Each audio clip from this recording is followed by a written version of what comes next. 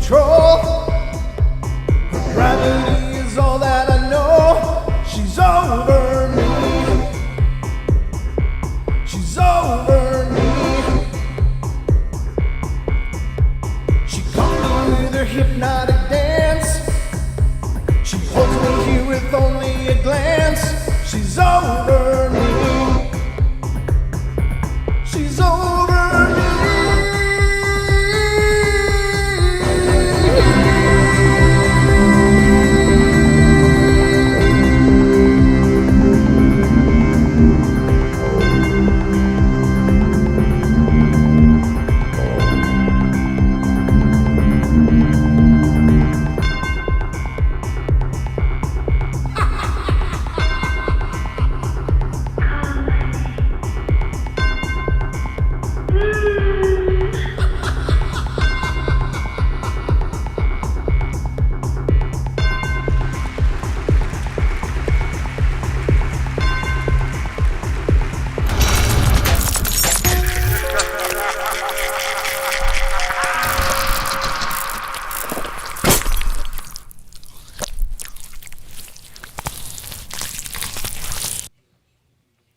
And ladies and gentlemen, welcome to the Paranormal Portal.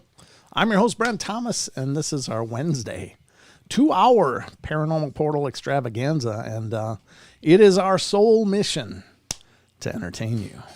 So if we're doing our job, you should be feeling entertained any time now. If not, just sit back and relax and wait for it to come. It sometimes takes a minute, but before you know it, you'll be going, yeah. or I'm just being really optimistic. But in any case, that's our objective, is to keep you entertained. And by hour, you can see kind of a little bit of his head on my camera. And he's waving. And that is my good friend and partner in crime, my right hand, my reason for being. Maybe not reason for being, but I do love the man. Damn. And here he is, Mr. Don Longbeard. Welcome to the show, brother. Hola, ¿cómo está? ¿Qué pasa, amigo? Mm-hmm. Yeah, you good? Hey, yeah. All right, good. It's happening. All right, it's happening. It's always happening here on the portal. And how you been? Tired, extremely tired. It's been a long week already.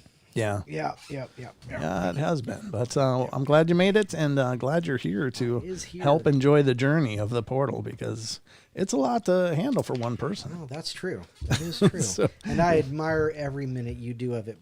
Well, thank you for that. I somehow don't know how I do it, but it's just a lot of stupid luck, a lot of duct tape and baling wire, and a lot of good intentions. It really is all about it. But yeah, folks, we're gonna go on a journey into Bigfoot. We're gonna explore Bigfoot tonight. We got a lot of Bigfoot stuff on the roster because I know you guys like Bigfoot. In fact, I'd say our audience is primarily a cryptozoological audience. Like, you guys like your creature features, your creatures and your beings and things that are out there wandering around. I know you like the ghosts and the UFO stuff too, but I think there's no doubt this is a Bigfoot audience primarily. So I'm doing what we can to keep you guys actively entertained and to hopefully bring you the shows you want to see. And if you're not a Bigfoot fan, pay attention, because maybe we'll cover some stuff that'll make you go, that's an interesting point. It's not my objective ever for the show to make you believe something, but it is my objective to at least show you some ideas that are out there, and hopefully you'll agree that at least they're plausible. I gotta take an aspirin here. Just like Mom used to make. Mom never made it. Oh goodness! But she did make me a fat, happy kid. And she's out there listening, folks. That's why I'm speaking to Mom. She messages me before every show. She, are you ready? Are you ready? I'm ready. I'm ready, folks. And the number for the show, if you want to call in a little bit later, is 720-923-0500. And that's the numbers for fun right here on the portal. And we will watch for your call-ins. If you got something you'd like to share, or if you want to be a part of the discussion, we'd love to hear from you. The Bigfoot stuff is it's something everybody knows a little something about. So there's all kinds of room for participation if you want to take the dive and jump into the conversation. So, but first of all, I guess that's everything on the front end, Don, right? Sweet. All right, so I hope you all are ready because it's getting creepy.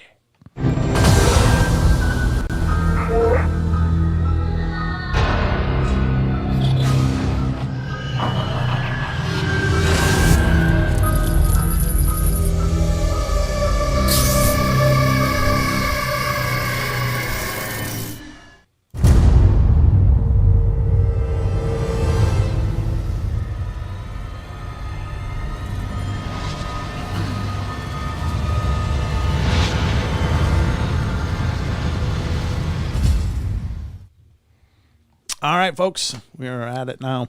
It's official. We're underway here on the Paranormal Portal, and as always, please keep your arms, legs, and the different appendages inside of the vehicle at all times, because if you don't, you might pull back a stump. That's all I'm saying. We can't be held responsible for what happens outside of the car as we traverse through the journey. But don't get splinched. Don't get splinched. That's right. Titan. Hi, Titan. Hey. Hi, Titan. Hi, everybody. Hello to everybody that's in here, and it's great to see you guys. Thank you for joining us on our journey tonight. So, as usual, we should probably dive into some news. News? Let's do the news. Time for the news. The news.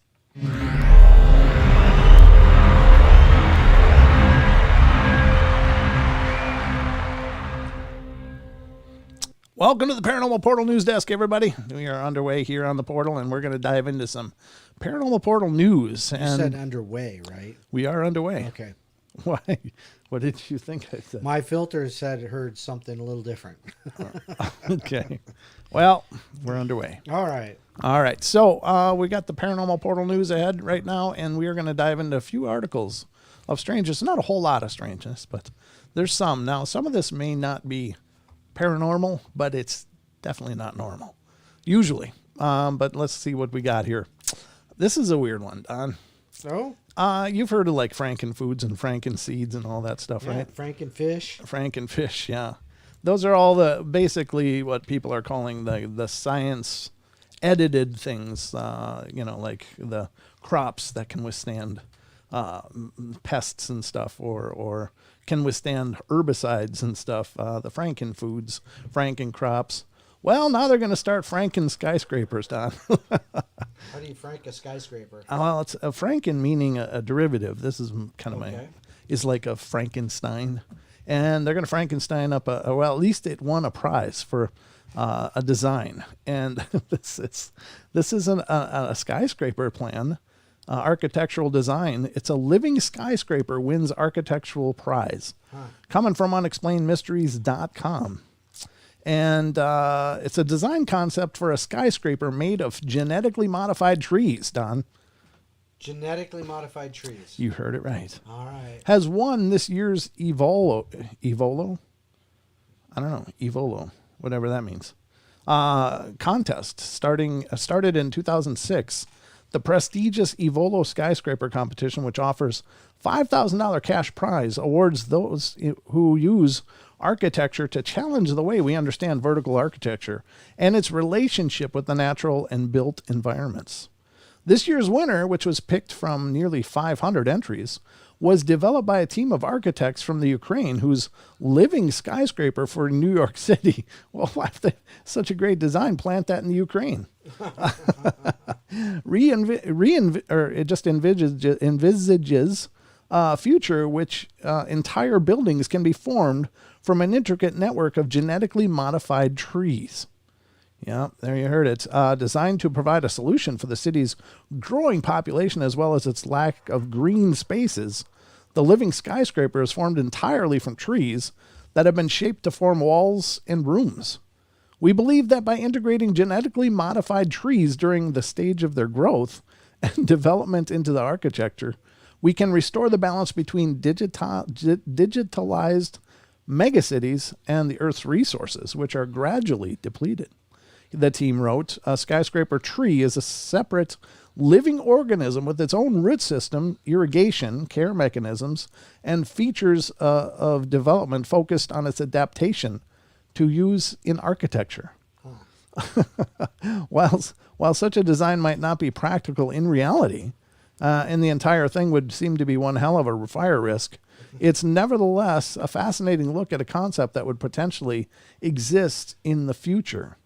As the Aztecs learned to adapt their environment, we hope to realize the proposal that co-lives with nature and doesn't seek to tame it. I was going to say lame it. The team wrote. Why not make it out of cheese then, for that matter? I mean, if they're throwing prizes at silly ideas, I got a cheese scraper. Let's go. What do I win? Did I win something, Don? No. No, nothing? No. That's a great idea, but how long would it take to grow? That'd be part of the modification, I'd assume. Yeah. Is quick growing, trees. Yeah. Quick growing vines to decorate it, whatever. Yeah. And how are you going to make a tree into a wall? I don't know. I'm sure they probably implement other materials with it alongside of it, but it's like it's a tree framework.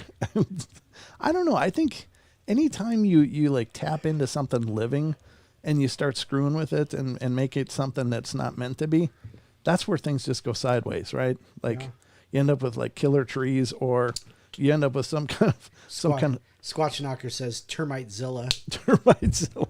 Yeah, exactly. Good point. So like, yeah, all of a sudden the termites just love these cities and their skyscrapers falling, killing, thousands. There you go. Well, it's a cute idea. What if the genetically modified trees gain sentience and decide to crush you? They're ants. They turn into ants. And they carry hobbits around on them. There you go. Why not? We can just go through the whole pipeline here and make it even sillier. But I don't know. I mean, it's a fascinating idea, but I don't like the whole idea of let's play with its genetics to make it ours. Right. Yeah, that kind of creeps me out. But anyway, there you go. Why didn't anybody think of that before they cut down all the giant sequoias? Oh, yeah. Yeah, I mean, if you were going to build a tree house, that's the place. Yeah, there you go. Man. Yeah, I don't know. Live like the elves do. Well, if you're going to live a long life, might as well live in the trees. Here's another one. This one's kind of cool. This is another case of things that we thought were gone aren't. And this is something that was believed to be extinct has resurfaced, but it's not as romantic as you might think. This is a living fossil discovered after 273 million years. Wow. There you go, folks. And this is from unexplained-mysteries.com. This is living fossil discovered after 273 million years. Wow. And there it is. It's just this little growth like a zit. Scientists have discovered an ancient symbiotic relationship off of Japan that was long thought to be extinct. During the Paleozoic era, some 273 million years ago, two types of organisms, I'm going to move in for this one, crinoids and corals, appeared throughout the fossil record and shared a mutually beneficial symbiotic relationship, with the corals overgrowing the crinoid stems to climb high above the seafloor and aid filter feeding. This effective partnership, while successful during prehistoric times, seemed to have disappeared following the Permian Triassic extinction. But now, against all odds, scientists have discovered living examples of corals growing from the stalks of crinoids on the seafloor off the coast of Japan. Interesting. These specimens represent the first detailed records and examinations of a recent syn vivo association of a crinoid host and a hexacoral epibiont or something, the researcher wrote. Analysis of these associations can shed new light on our understanding of these common Paleozoic associations. The modern-day version of this age-old relationship involves two different species of coral, Metrogeodea and Abyssoanthus, which were found growing from Japanese sea lilies. The discovery was made approximately 100 meters below the ocean's surface. As both Actinaria and Zorantheria have their phylogenetic roots deep in the Paleozoic, and coral crinoid associations were common among Paleozoic tabulate and... Man, this is not my article. Rugose corals, and we can speculate that also Paleozoic non-skeletal corals may have developed this strategy of settling on crinoids, the researchers wrote. I have no idea what I just read, but hope you enjoyed it. I don't know what that. It's old. It's just all Greek, but they found something that they thought didn't exist anymore. But off the coast of Japan, yeah, I got one word: Fukushima. Yeah. Well, maybe a big radiological disaster would cause things to revert to a more primitive state. I don't know. Maybe that's just a real spitballed idea there. But there you have it, folks. It ain't as extinct as we thought it was. Nope. So that relationship still exists. Squad loved y'all. What? Oh, thanks, J-Rock. Appreciate that. Gotta love the love. Okay, here's one that kind of falls into line with tonight's theme of the whole show, but I think I'm gonna skip that one for now first. Oh. I'm gonna go to a UFO one first. Oh, okay. Let's go to a UFO one. Oh my goodness. What? Just the headline. Yeah. I guess I see what you're talking about now.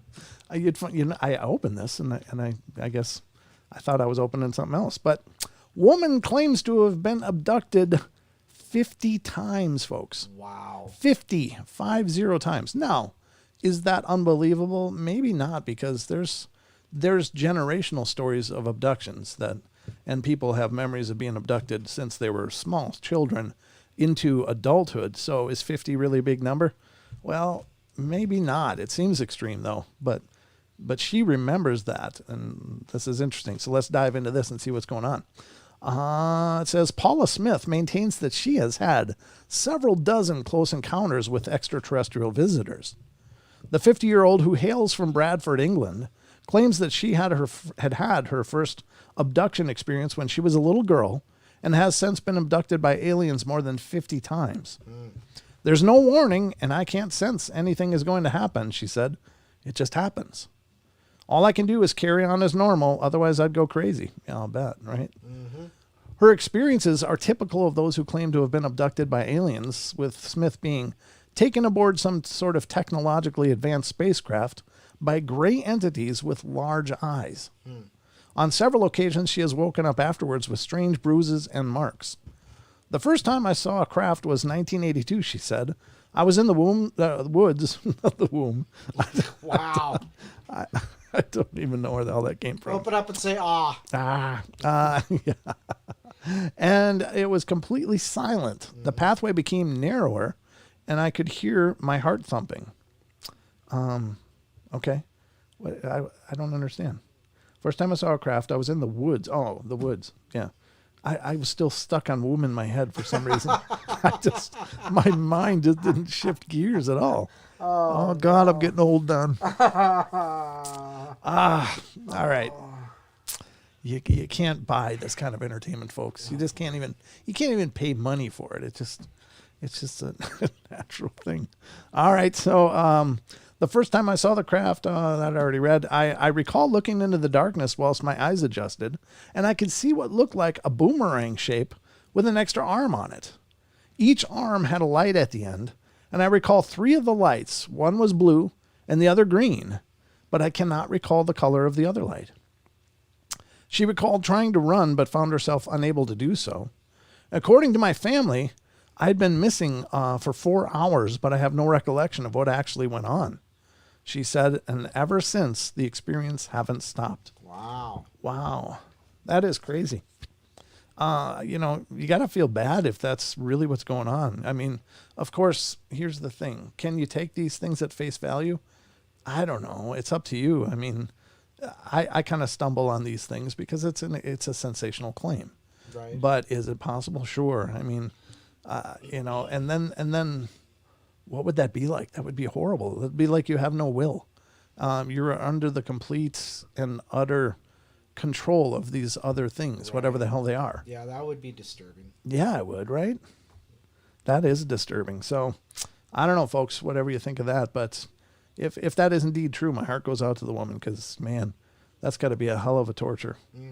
Or an incredible journey. I don't know how she feels about it. She didn't really say either way. But it sounds like she just, you just got to carry on.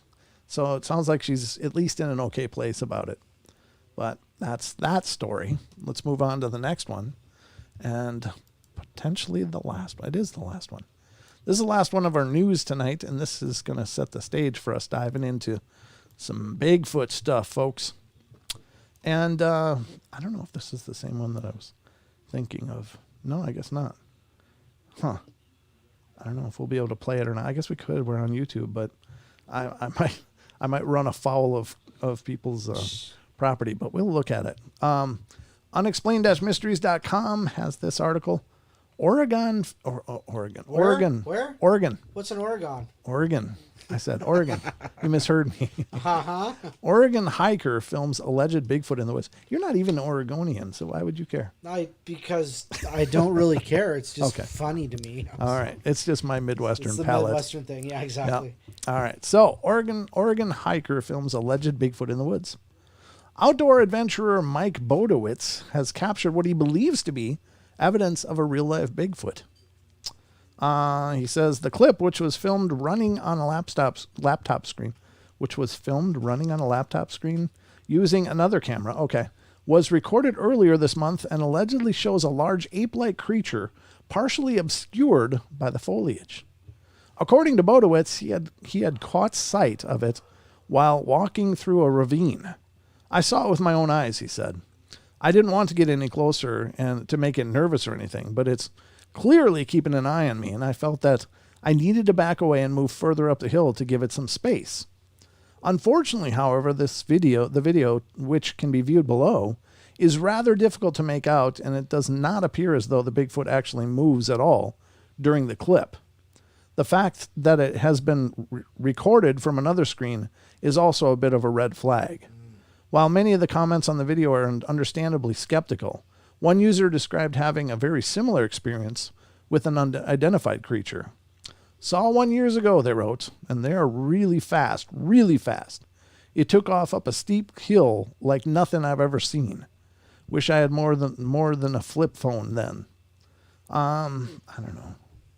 This is one of those, I'm not really sure what to do with it because I don't know if it's Mike Bodowitz. Is that from his, what is this, TikTok? Oh, it's a TikTok video. Okay.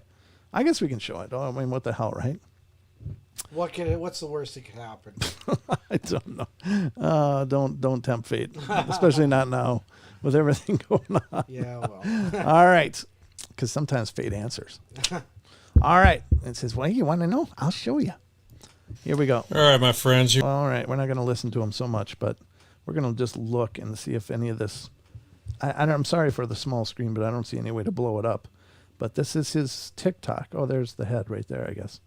So he's zooming in on it. But it doesn't appear to be going anywhere, does it? No. No. It could be. That's the thing, is they freeze so completely. And they'll stay frozen until they feel like something's closing on them. Like they just will not move. Huh. Yeah, the closer he zooms, the worse shaky it gets. Huh. I don't know. It's a tough one because there's nothing really to gauge it on other than a dark shape behind some trees and leaves. So I don't know. Maybe, I mean, being there, I'm sure he had a much better vibe of what was going on, and maybe there's other things that he says in the video that we don't know. Mm-hmm. But I will put the link from this article in the chat, and those of you that want to check it out surely can, because, I mean, yeah, I just don't want to. I don't want to blow out his content on our channel. We're just looking at it under the use of fair use, I believe. So that's that. But there you have it. Did I not put it on screen? Yeah, I did, didn't I? I think I did. But at any rate, I thought I did. Did you guys see that? Let me know. Did I forget to change screens? Did I? I think you did. Oh, yeah, I saw this on Paranormal Caught on Camera on Travel Channel. It's impressive. It goes longer and shows a second one. Okay. I did forget or I did show it. Which did I do? Because that's... that'd be a whole nother new one on the dumb meter. Okay, well, the link is there, folks, for those of you in the chat if you want to scroll down to the bottom of that article and check it out. But I apologize if we saw it. Okay, they saw it. Okay, good. All right, thank you, guys. Sorry, I'm kind of scatterbrained. It's just my natural state. Oops. But I'm working on it. But this is the conclusion of the news, folks. The news. So I hope you enjoyed it, and let's get back to the rest of the show.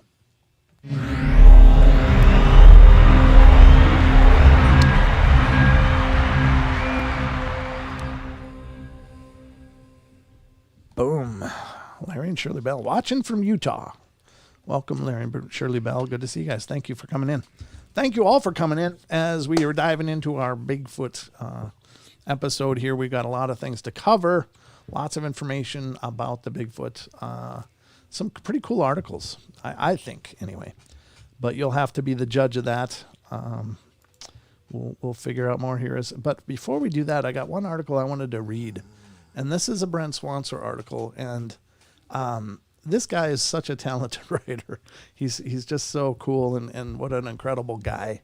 I've been following his work for years, featured his work several times on the show, and every time it's just this incredible journey. But I'm kind of dating myself, but do you remember Kojak, Don? You mean Telly Savalas? Do you remember the show Kojak? Yes. Is what I mean. Okay. Yes. All right, so this centers around the main actor that played the role of Kojak, who was a TV detective back in the 70s. Now, I remember this. I was kind of force-fed a healthy diet of Kojak when I was growing up. And Walker, Texas Ranger. Well, no, not until later. Kojak okay. was first. But my dad liked Kojak, so if Dad liked the show, we had to watch the show, and that's okay. I mean, I did not like the show, but I was a little kid. I was into superheroes and stuff, so I was mildly interested. But anyway, I remember the Kojak series, and the scope of this article deals with Telly Savalas, the actor who played the role, and he had, before he was famous, a pretty incredible paranormal encounter, and it's one of those unbelievable, amazing encounters that you rarely ever hear about. There's only, there's not a whole lot of these caliber of accounts out there, but he swore up until his death that it was a true story.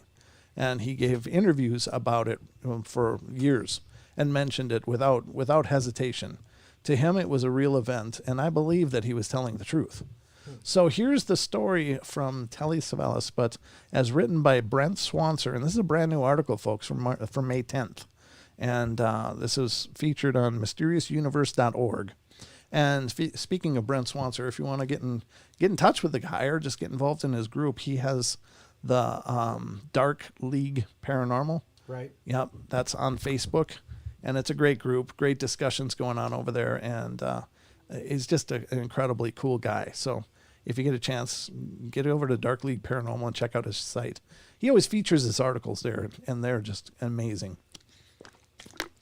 So this is the article from mysteriousuniverse.org. Great site also. Check it out. But this is The Very Weird Tale of Kojak and the Ghostly Driver. Brent Swanser, May 10th, 2021. And here it is. There sure have been a lot of celebrities who've had brushes with the bizarre. One recurring face that many people recognize starting from the 1960s is that of American actor and singer Aristoteles Savalas, more commonly known by his nickname Telly Savalas. Born in Garden City, New York in 1922 to Greek immigrant parents, Savalas would go on to have a rich career in radio and TV, beginning with a stint on the State Department's Your Voice of America on ABC News, and he then became a staple of ABC radio programs due to his deep, resonant voice. Before making the move into TV, he had become known for his rugged good looks and bald head. He would appear in countless TV shows throughout the 60s, as well as turns in movies, notably as James Bond arch-villain Ernst Stavro Blofeld in the 1969 movie On Her Majesty's Secret Service, and even earning a nomination for the Academy Award and Golden Globe for Best Supporting Actor during his film career. He would really make a name for himself with his run as Lieutenant Theo Kojak on the crime drama series Kojak, which ran from 1973 to 1978, and for which he won an Emmy and 2 Golden Globes, making Savalas a household name, a beloved celebrity of the time, and even had a fairly successful singing career. I didn't know that. Did you know he sang, Don? No, I didn't know that. Okay, in the 70s to boot. However, despite all of this success, he still managed to have one of the weirdest celebrity encounters with the paranormal out there. The alleged incident supposedly happened long before he was truly famous. As he was driving in upstate New York, it was the middle of the night at 2 a.m., and Savalas had the misfortune to run out of gas along an empty rural road. Excuse me. He got out of the car and walked all the way to a White Castle restaurant to ask for directions to the nearest gas station. He was told to take a shortcut through a dark wooded area to the other side, where he was promised he would find a 24-hour service station. Savalas did not particularly enjoy the thought of going through those dark trees by himself, but he set out in search of the gas station and his salvation. It was as he got the courage to walk out into the gloom that he heard a voice behind him, odd considering the hour was so late, and no one had been there except for him and the restaurant staff. And so would begin an experience of which Savalas would later say, "Something happened in my life which scared the hell out of me." And there he is. There's a picture of Kojak.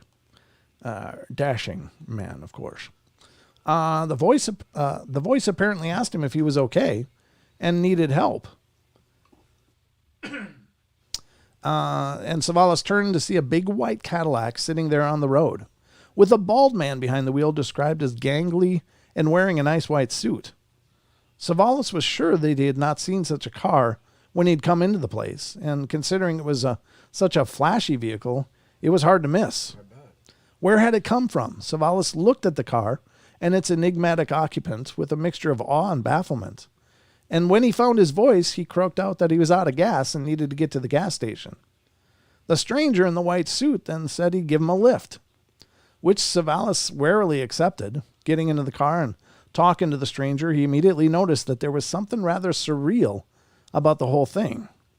Not only had the car appeared out of nowhere, but the man behind the wheel had a raspy, gravelly voice and kept fidgeting with his neck for some reason, as if trying to find something there that would seem to be in pain, leading Savalas to guess that the poor guy was perhaps dealing with throat cancer.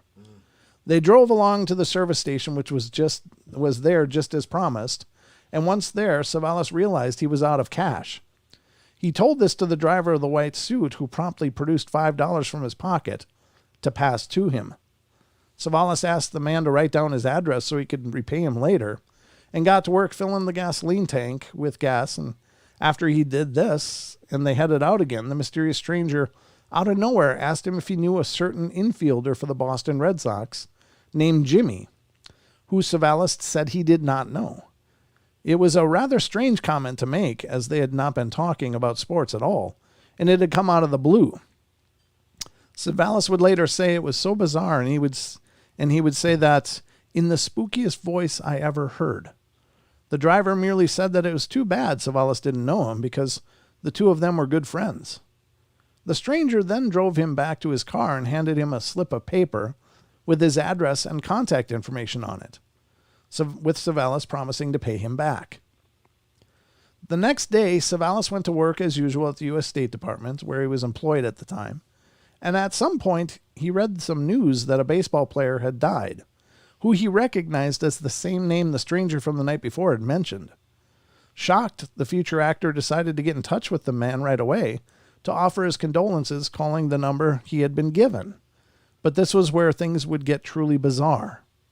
A woman picked up on the other end, and when Savalas asked to speak to the white-suited gentleman, she became very cold and confrontational, and he asked her again to speak to the man, described what he looked like, and then the woman gave him an eerie answer, saying, "Look, you say my husband, white suit, white Cadillac, bald head, long arms and fingers, tall, right? You say he stopped to give you a lift to the gas station yesterday? Even loaned you $5? Well, Mr. Savalas, I simply find that hard to believe. In fact, impossible to believe. You see, Mr. Savalas, my husband has been dead for 4 years. Is this some sort of sick joke, mister? Because if so, I'm not amused." Savalas insisted that it was all real, and that he'd really met this man and somehow managed to convince the highly skeptical woman to meet him for dinner.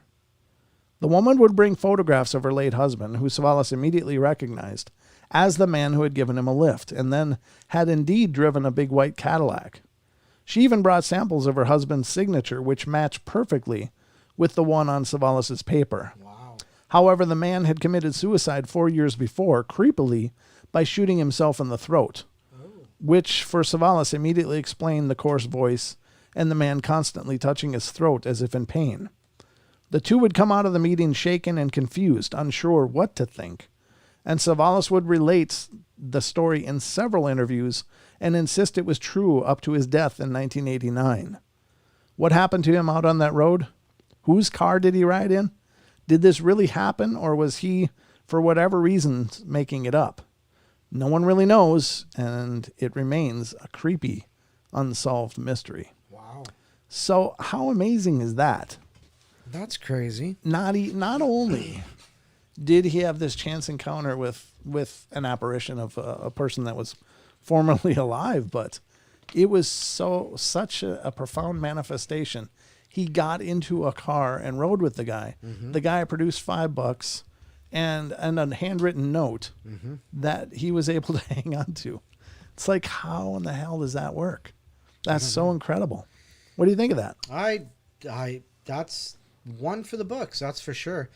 But Sully Savalas, as we said, he's pretty famous.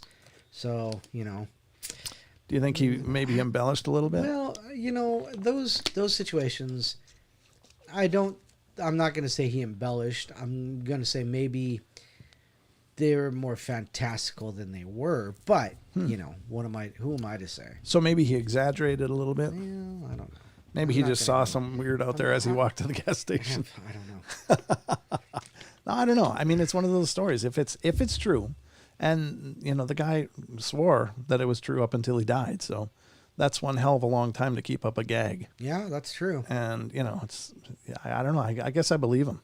I really do. I think it's possible. It's not unheard of, but so rare. But there's so many manifestations here. Yeah. The money, the car, the note, the pen to write the note. Yeah. I mean, everything about it was a manifestation. Now, here's the weird thing. Why a stranger and why not his own family? Right. Like, why not appear to his wife, unless he didn't like her that much? Right. maybe that's something to do with it. He's like, I put up with her for 50 years. Are you kidding me? Why do you think I hit my neck? That was mean. I'm sorry. That was real low. Because he's a pain in the neck, woman. Yeah, she said I was a pain in the neck, so I proved it. I don't know. It's just a weird situation, but Yep. I don't know. Again, that if it is true, that is one of the most profound ghost stories I've ever heard. No, there's no royalty in the chat. What are you people talking about? Royalty? What? Yeah, there's some West guy in the chat. They think he's royalty. Is he in here? Is he diving in? Well, yeah. Welcome, Mr. Kermer. Good to see you. I hope you'll enjoy the subject matter tonight. It's right up your alley. Good to see you. Thanks for coming in. Cindy's here too. Hi, Cindy. Cindy is I haven't good. seen Cindy in a while. I just talked to her today. As a matter of fact, we got to talk because, there's that just reminded me because, before the show I was running here, there, and everywhere. So I hadn't had a chance to talk with you. But yeah, let's get to some of this Bigfoot fun that we have building up. Sweet. This first one is an article from Exemplar.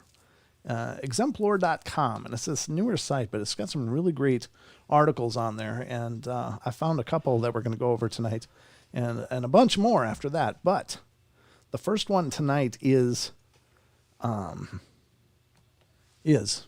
attacks. Does Bigfoot ever attack humans? Ooh. Now, I did look through this, just glanced over this article a little bit before the show.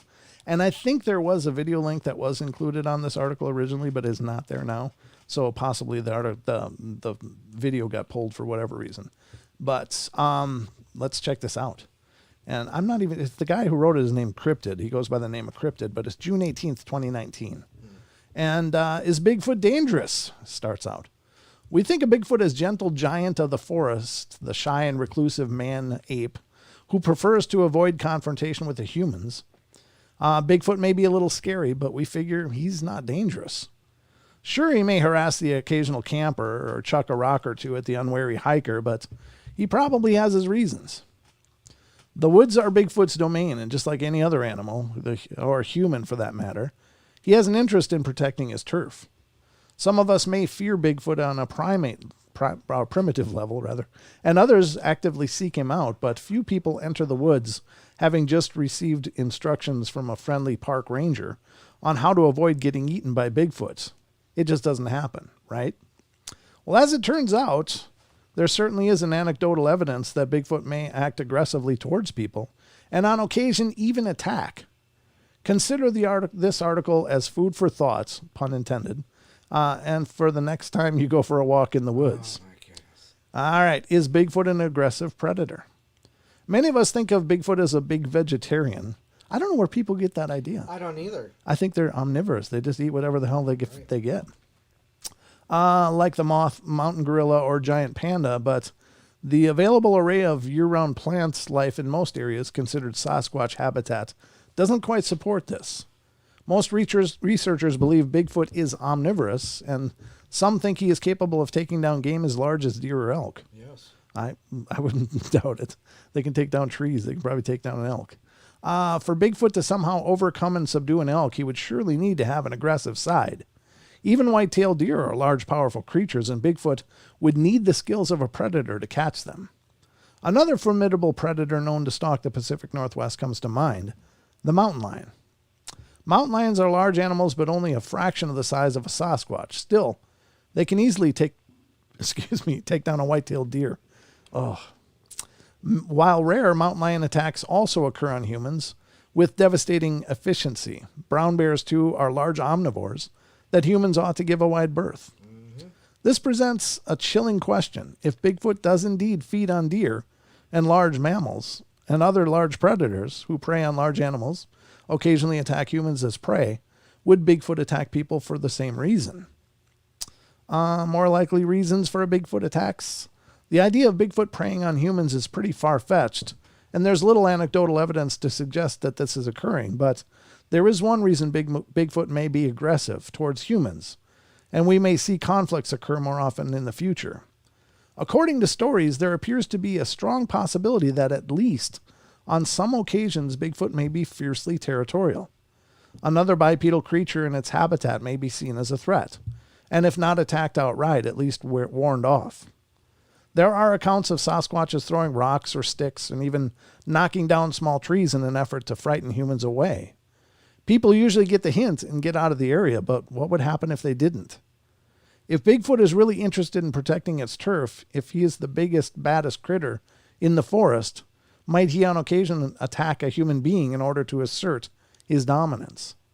Silverback gorillas are known to chase careless researchers, and even chimpanzees can be extremely aggressive towards humans. Why not Bigfoot? As the forests dwindle and humans continue to encroach on the Bigfoot territory, will we see these encounters increase? Good question. This is where I think there was a video, but there's nothing. Accounts of Bigfoot attacks on people. This article is intended to get you thinking, and we never hear about Bigfoot rampages on the news, but there are stories floating around where Bigfoot is alleged to have attacked human beings. Please remember these are only stories, and Bigfoot is innocent until proven guilty. Mm-hmm. In 1902, in Chesterfield, Ohio, a group of ice skaters were assaulted by a hairy 8-foot monster carrying a wooden stick. It is unknown how the people escaped, as Bigfoot is known for his skating as well as puck handling skills. Where's that? In Thompson's Flat, Oregon, a Bigfoot supposedly scared off the town's inhabitants back in the 1800s. One man stayed and was later found dead, apparently having been bonked with a large rock. Bonked? I guess it says bonked, but imagine if it's a large rock on a man's head, he was more probably like a bonk. It was more like a squash, but Well, he was found dead. Yeah, he was found dead. In 1924, a group of miners near Mount St. Helens, Washington, shot a Bigfoot, only to have its buddies relentlessly attack their cabin with rocks and debris throughout the following night. Apparently, beef jerky or no, there really is no messing with Sasquatch. Yeah, well, you shoot one, what are you going to ask for? In 1924, a Canadian named Albert Ostman claims he was kidnapped by Bigfoot and taken back to the creature's family. After 6 days, he fired his rifle in the air and made an escape. Boy, is that a really poorly abridged version of that story, though. Why he waited 6 days is anyone's guess. Well, it says in the story. Yeah, it does. I mean, he didn't want to hurt him. He figured they didn't really want to hurt him either. Right. That wasn't really an attack. I don't think that really belongs in here as a reference point. But that anyway. was science. Oh, this is the Bauman incident is next. Teddy Roosevelt himself, the president, reportedly knew a man who claimed his trapping partner was killed by a Bigfoot somewhere deep in the woods. It may have been a tall tale, but it seems like Teddy believed it. Teddy Roosevelt's Bigfoot story is one of the most intriguing anecdotes of Bigfoot lore. Again, that didn't happen until they shot at one that came up to their camp. Right. They shot at it first, and then it decided to fight back. And it did behead or at least broke the neck of his partner, according to the story, but it wasn't unprovoked. In the 1970s, a Bigfoot allegedly tore up a California campground and killed several people. This was kept quiet by the authorities until the story came out in a newsletter in the early 1990s. Oh. Huh. I didn't know about that. I've not heard that one. I'm curious. There's no link, though. But if that story's out there and any of you know the story, please send me an email or tell me in the chat, because I'd like to know what that story is. Do we really need to worry? Obviously, the stories above range from completely ludicrous to believable, but admittedly unlikely. Some may be tall tales hatched decades ago and grown more interesting with time. Or these could be real events with more reasonable explanations than a marauding Bigfoot, bear attacks, woodland accidents, campfire stories, and a little nip of moonshine now and then go a long way towards explaining stories such as these. We also have to wonder how many Bigfoot encounters have gone undocumented over the years, particularly during the time when North America was an unexplored wilderness. Well, I mean, there's many Native American references to having battles and wars with these things. But they usually kept a peaceful accord between them. But they would take villagers and never come back. So if you believe in Bigfoot, the possibility exists that the creature could be more aggressive than we realize. And as humans continue to encroach on its natural habitat, violent encounters could become more frequent. While it's unlikely that Bigfoot would prey on humans as a food source, it is certainly conceivable that he may decide to throw his weight around from time to time, like a bull moose. Bigfoot may not have it out for us, but if we get in his way, we may be asking for trouble. No doubt the woods are packed with more Bigfoot researchers than ever, and as we continue to crowd the creature, we have to believe, under the right circumstances, humans could be targets. People have spotted Bigfoot in Pennsylvania, Ohio, Florida, Maryland, and most other crowded eastern states. Other large carnivores in the forest, brown bear, cougars, wolves, and even black bear occasionally take advantage of our stupidity. Wild animals such as moose, elk, and even deer can pose great danger to humans if we get on the wrong side of them. Might Bigfoot be just as dangerous? Next time you take a walk in the woods, tread lightly and make sure you bring your Bigfoot repellent. There you go. It's an okay article. I think many of his this list were really taken way out of context. I don't know. I'm really interested about the 70s. Bigfoot allegedly tore up a California campground and killed several people. Now, there are old accounts coming from old newspapers, ladies and gentlemen, that people went on search parties for these wild men in the forest, and they sometimes found them. And there are stories of the Bigfoot just almost casually like popping the heads off of people, as they came in with their guns and trying to fight the thing. I don't know. It's anybody's guess, but I think, like anything, most people are not going to, throw stuff at you and try to kill you. But if you push a person far enough, you might find out. I don't know. What do you think, Don? I agree. If you back anything into a corner, any creature into a corner, it's going to fight. Yeah. That's all there's to it. But whatever. So do you think that I mean, they don't go out of their way to be aggressive? No, I don't think they go out of the way. No, I think exactly. There's some kind of something that triggers that event. Right, and like usually shooting at them. Yeah. Usually, if you shoot them, they tend to get really pissed about that. Yeah. So don't do that. That's not a good first step. Yeah, because they react real poorly after that. Can't blame them. All right, let's go to the next one, folks. That one went pretty quick, didn't it? It did. Wow. Where are we at? God, we're almost in the first hour. Almost done with the first hour, though. Wow. It's going fast, folks. Here's another one from animalien.com. I don't know how long this is. It's probably pretty short. This one's going to scream. No, it's a little bit longer. This is an animalien.com article, and this is, let me put it up. Researcher of anomalous phenomena saw the Bigfoot with his own eyes. That's always great. It says, British researcher of anomalous phenomena, Andy McGrath, usually studies the phenomena of mysterious big cats or werewolves, but he did not believe that there were Yeti in his country until he met this creature with his own eyes. An unnamed British runner saw a fat, brown, fur-covered creature approaching him and then fled back into the forest. It happened just 25 miles from London. Jesus, that's close. UK, in the wooded area of Box Hill, Surrey. According to eyewitness accounts, the creature resembled a hybrid of an ape with a man and was extremely muscular. Huh. And after a while, an eyewitness shared this story with local researcher of anomalous phenomena, Andy McGrath. I guess that's Andy. Hi, Andy. According to McGrath, he used to think the idea of the existence of a Yeti in the UK was completely absurd. But he changed his mind when he saw it with his own eyes, a creature that scared a jogger. Andy McGrath said that after talking with the eyewitness, he arrived at the very place where the runner saw the shaggy creature and carefully examined everything there. And at first, he didn't notice anything strange, but at some point, he heard something hitting the tree trunk hard. The noise was loud and at the same time seemed from several directions from a distance. The noise stopped, but after 25 minutes it was heard again, and now it was much closer. Then McGrath heard the sound of heavy footsteps, as if something was walking in the thicket, descending a gentle hill. When the creature was very close, he heard its heavy breathing, and felt that he was being watched, and felt that it was being watched.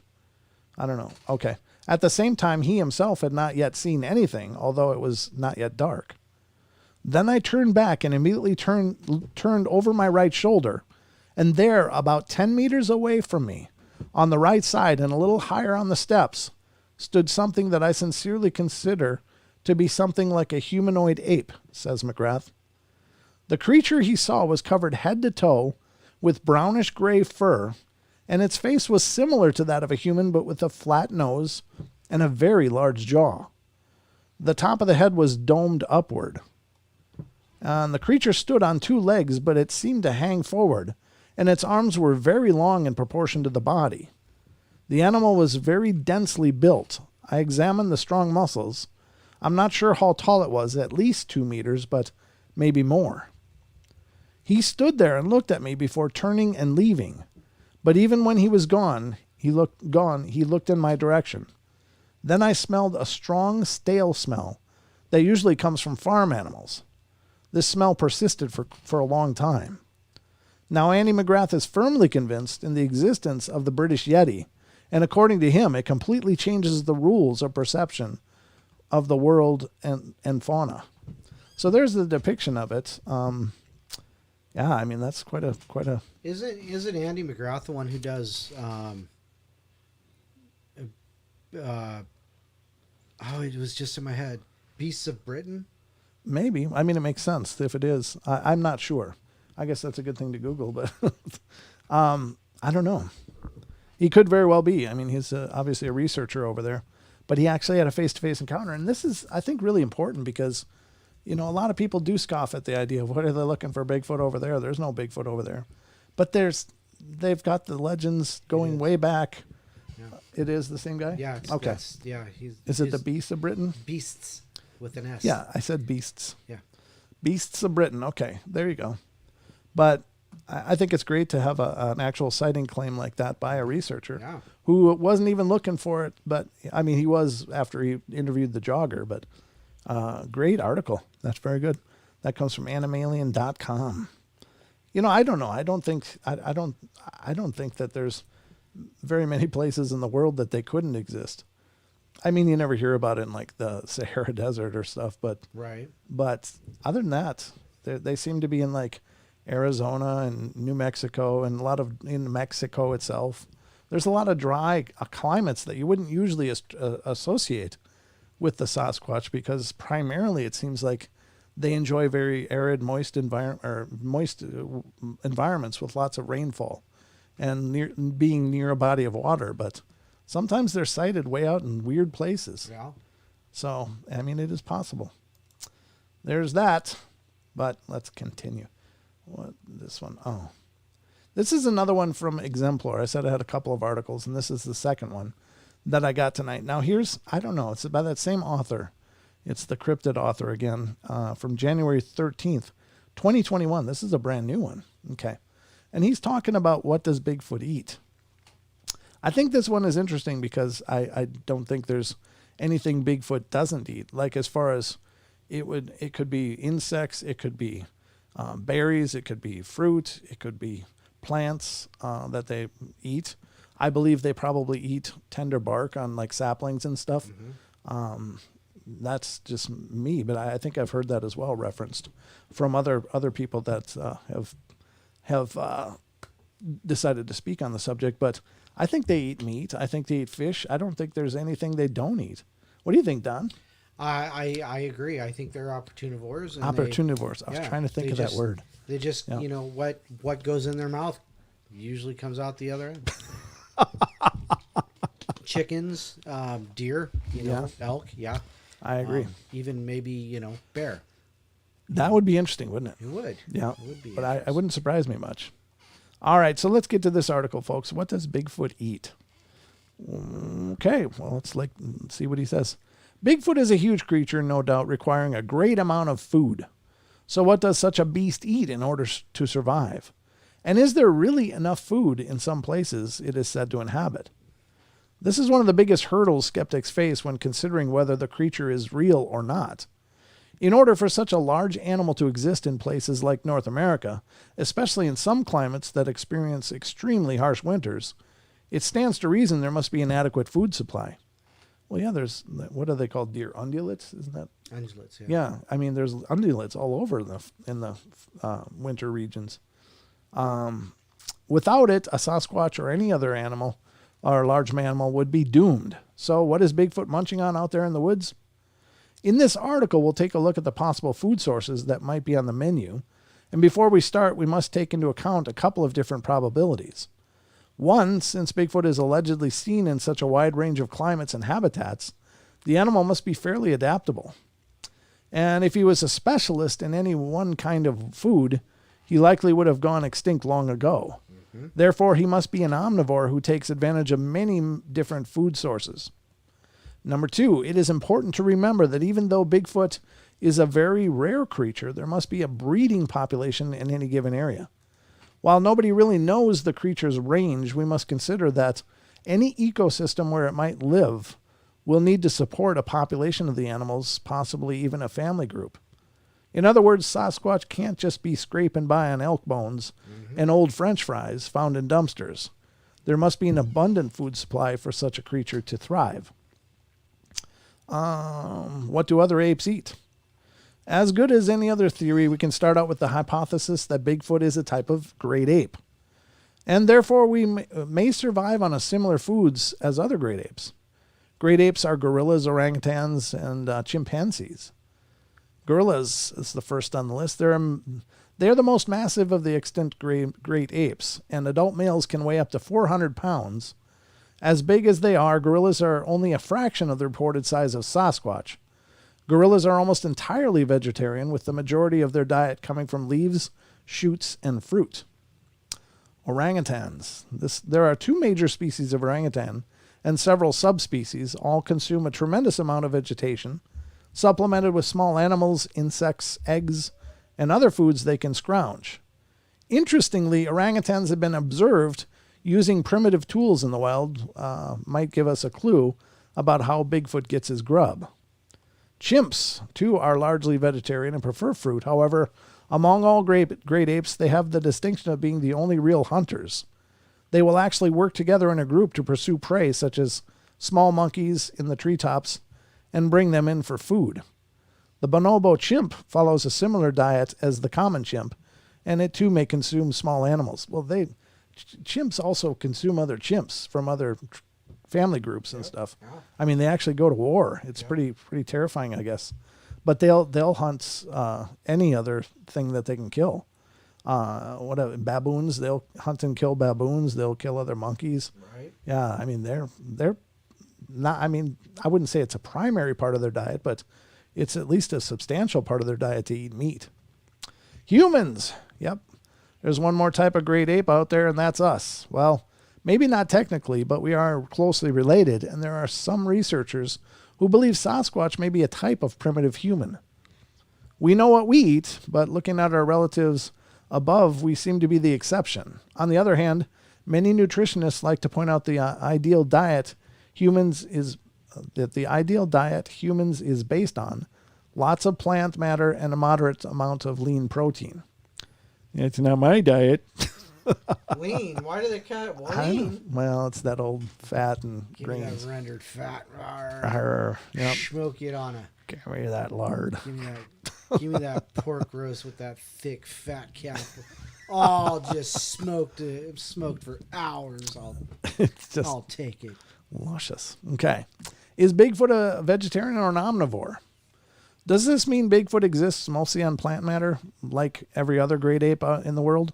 All signs point to this as a likely scenario, but it presents a problem for the big guy. Like those apes mentioned above, live in tropical or semi-tropical areas where fruit and plants are abundant year-round. True.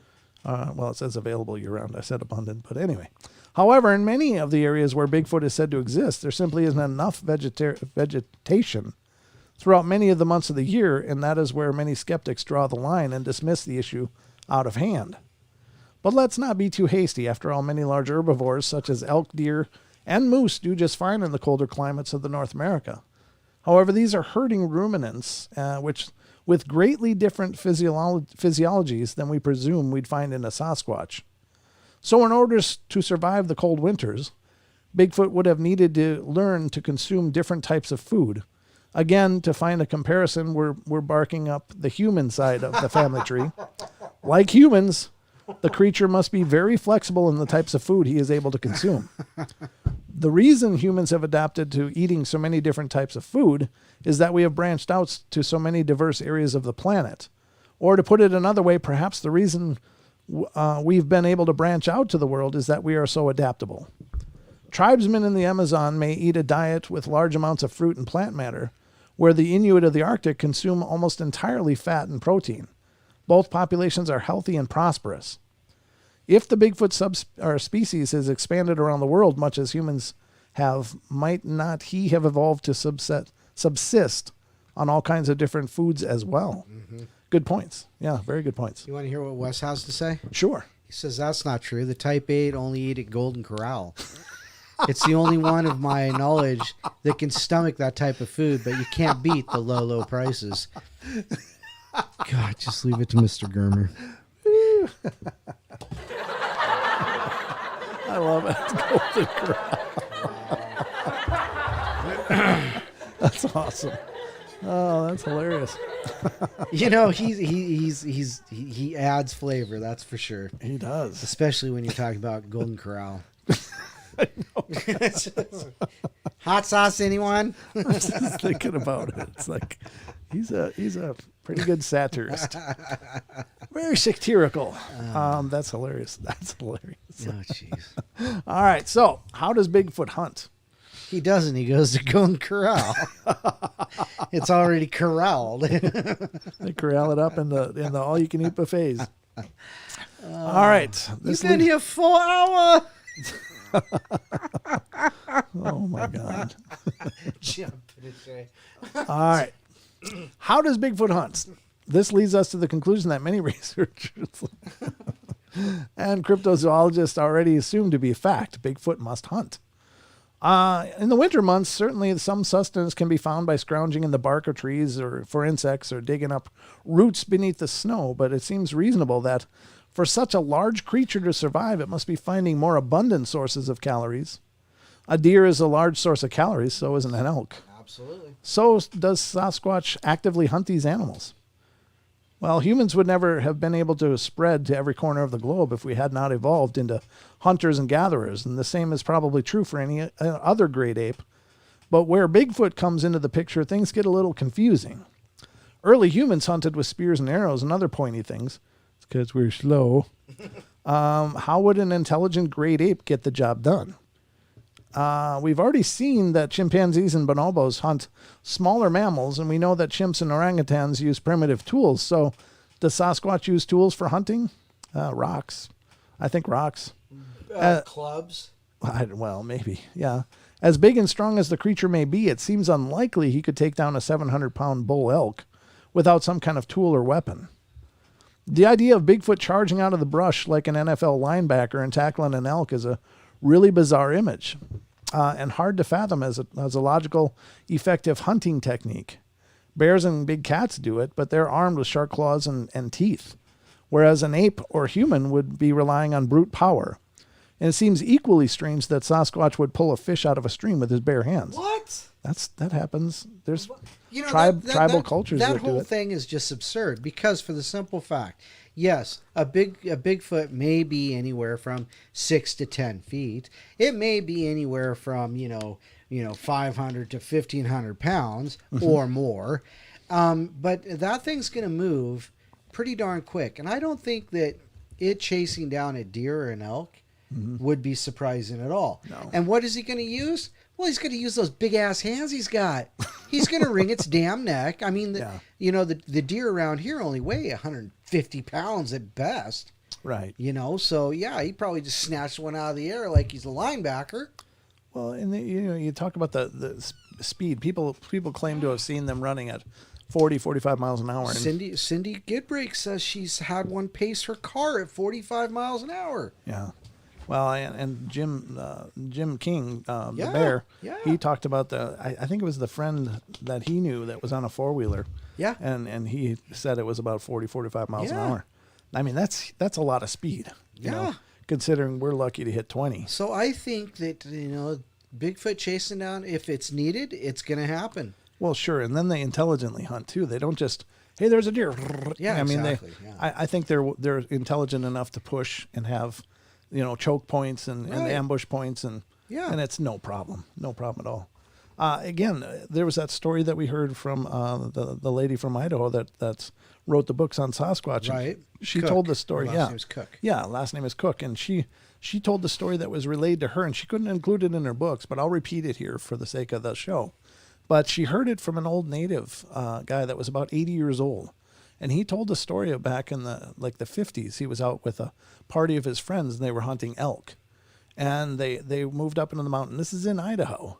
And they were in position, and they saw this herd of elk come down over the pass and come over the mountain and across. And they were a bit away, staked out with their rifles and stuff, just waiting to see what would happen.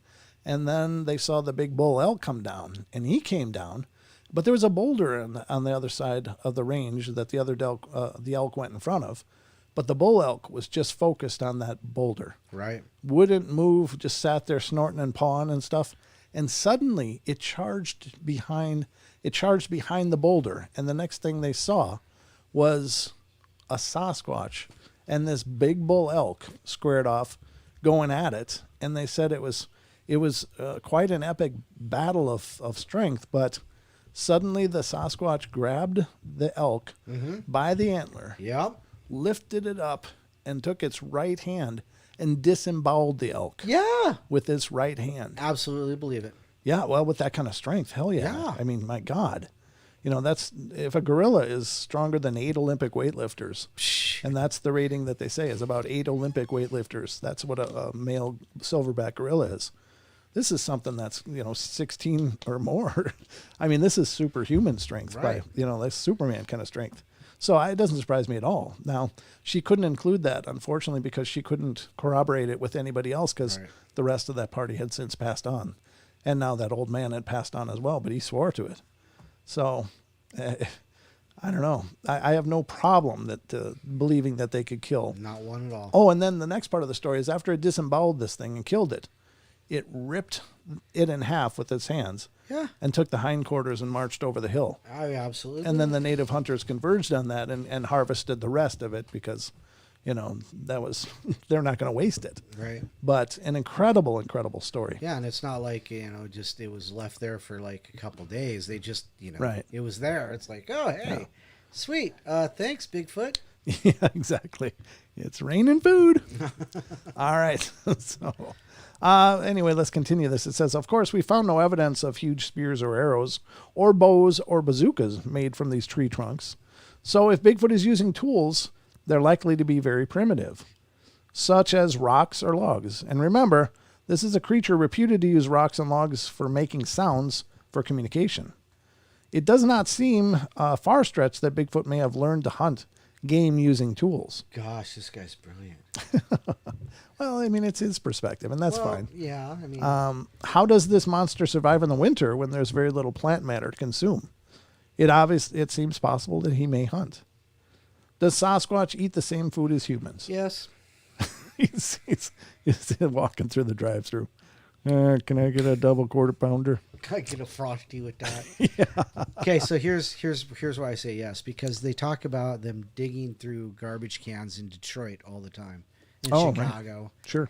So yeah, People that they have do. seen them on urban. I mean, meat areas. is meat.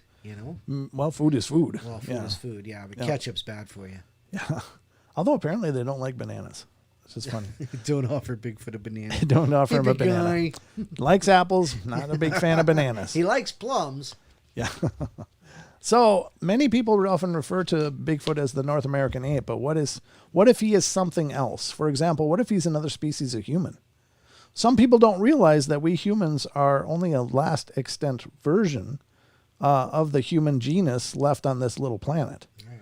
Neanderthals are another example most people are familiar with, but there are many others. Is it possible that this is an undiscovered human species, more primitive but closer to us on a family tree than apes? This may explain a lot, though it's hard to believe this by some of the things that we do. As humans, our brains are our single biggest asset. I was trying to say biggest and greatest at the same time and ended up with that train wreck. Our single biggest asset. And the reason we have been so adaptive to so many different situations. We can think and reason and figure things out. So how do we know they can't? And what habitats and climates change, we can adapt with them. Perhaps the same is true for Bigfoot, an intelligent creature found all around the globe with the ability to find food it needs in any situation would thrive, as we humans have. But of course, this is only speculation. Yeah, absolutely. Human ape or something else entirely, without a live specimen or at least a body to study, there's no way to know where Bigfoot rests on the hominid family tree. Survival of a species. This is pretty long. All right. Sasquatch was known to the Native American tribes of North America well before European settlers arrived. And according to lore, it seems this creature has been around a long, long time. Many believe Bigfoot evolved from a creature called the Gigantopithecus blacki, which may have followed early humans on their trek from Asia across the Bering land bridge to North America. And if that's true, then, like humans, Bigfoot would have needed to make some serious evolutionary changes to survive in this climate. Mm-hmm. Perhaps we have more in common with this big, hairy monster than we think. It seems likely that, like us, Bigfoot is an omnivore with the ability to use tools, at least on a primitive level. He must be able to take down prey, which contains enough calories to get him and his group through a tough winter. And he must be able to adapt to different circumstances when certain types of food become scarce. Of course, we can't really know what Bigfoot is eating out there. I'm hearing. That's coming from out there? Mm-hmm. Oh, okay. Of course, we can't really know what Bigfoot is eating out there in the woods, but it's apparent that the creature has succeeded in surviving just about every type of climate on our planet. The only other great ape to ever accomplish such a task is us. And we're not even sure we're eating the right stuff at most of the time. That's true. In the end, the answer may be similar to the old joke about the 800-pound gorilla. What does Bigfoot eat? Anything it wants. Bigfoot food. You can learn more about Bigfoot. Okay.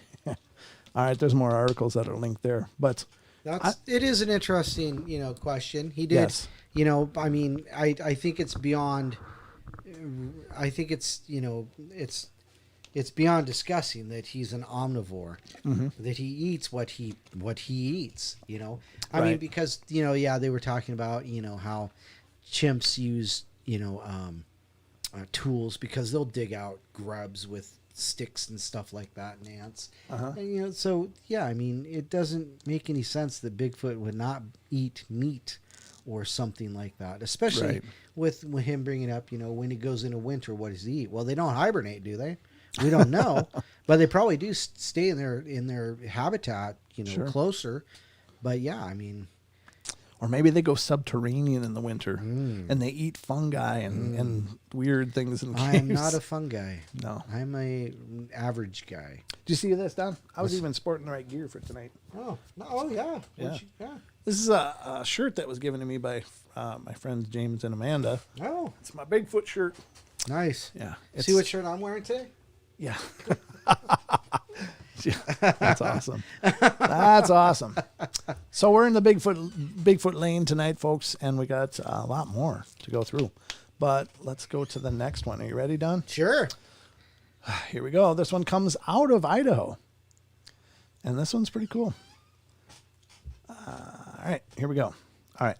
This is from Idaho, folks. The IdahoStateJournal.com. Ooh. And it's hiker believes he might have found evidence of Bigfoot. I don't know. I have no idea what this says. Thank you, Titan. Titan made a super chat for $24.99. Woo! Brent and Don, y'all go enjoy some Golden Corral with Bigfoot. Thank you very much. There was someone else that did do a super chat. I'm sorry, I forgot the name, but there was someone else earlier. Thank you as well. Oh, okay. So there you go. Can you scroll up and see it, or is it too far gone? Yeah, it's too far gone. Oh, I'm sorry. Okay. Well, thank you so much for the super chats. That really is appreciated a lot. So this is the article from the IdahoStateJournal.com. Logan, Utah. It's from the Idaho Journal, but it's from Logan, Utah, apparently. While Matthew Wentz, oh my God, let me blow this up. Wow. There's a magnifying glass right there. I know, but it's just a force of habit. While Matthew Wentz is a believer, he does have some skepticism about what he came across last month in the Bear River Range. When was this dated? July 23rd, 2020. Just a year ago. Yeah. Okay. A large footprint he thinks could have been made by a Sasquatch. Wentz is an avid outdoors person, and he hikes, hunts, and fly fishes often. In fact, he tries to get out in the mountains around, how do you say this, Cache Valley? Yeah. Cache Valley? Okay. 2 or 3 times a week. The 34-year-old Valley native has had some interesting experiences in the wild. Another occurred on June 5th in the Mount Naomi wilderness, and he posted about it on a Facebook page called The Cache Valley is Beautiful in early July and has had many responses, mostly positive. Most people think Sasquatch is or Bigfoot is a joke. Wentz said in a recent interview with the Herald Journal, I have multiple friends that are older than me and that have seen stuff around here. They are credible, but don't really want to talk about it. You know someone that has seen something and it scares them? They don't really want to talk about it or to be ridiculed. A lot of people don't realize something like this could exist. Yes, Wentz does believe in Bigfoot or Sasquatch, the hairy, upright, walking, ape-like creature that dwells in the wilderness. No, he did not see one of these creatures on June 5th. However, the Logan resident did come across an impression that's hard to explain. He only found one print and took a photo of it, and while he believes in Bigfoot and wants to think this is a footprint of one, Wentz admits to not being 100% sure about what he found. I'm definitely skeptical of stuff like this, Wentz said. I really believe there is some tall being out there, but I have no idea what it is. It's hard to believe large Bigfoot creatures, would be around here because There are so many people and more going into the mountains these days compared to 30 or 40 years ago. People used to see stuff all the time. A lot of people can't comprehend it and don't want to acknowledge it. And I've lived here my whole life and gotten out of it. I've lived here my whole life and gotten out a lot, so I realize the possibilities of potential animals living in places you wouldn't expect. And there's a lot of room in the mountains. When you go out during the day, you usually don't see a lot of animals, and they are usually pretty shy. A lot of them are nocturnal. The few times Wentz has been out after dark, it gives him a different feeling that he doesn't like. A friend that sets up trail cams gets the most action between midnight and 5 a.m. But this large track Wentz found was on a bright sunny day, and he does not want to be specific with the exact location, but did say it was north of Green Canyon and Mount Elmer is in the area. He had hiked about 4.5 miles and got off the trail he was on, checked out a ravine he had not noticed before, and snow was melting in the rocky terrain that he called pristine and nice. It makes you feel like you are somewhere else, Wentz said. I wish more people would see these areas and would have more respect for it. As he was walking in avoiding the runoff, an impression on the ground caught his attention for a brief moment. I walked past it and thought it was kind of weird looking, Wentz said. I didn't think much about it. I walked further up and looked around the area, and there was a snow runoff that was causing some small waterfalls. After taking in the scenery, he started to go back the way he had hiked in, and this time the impression jumped out at him.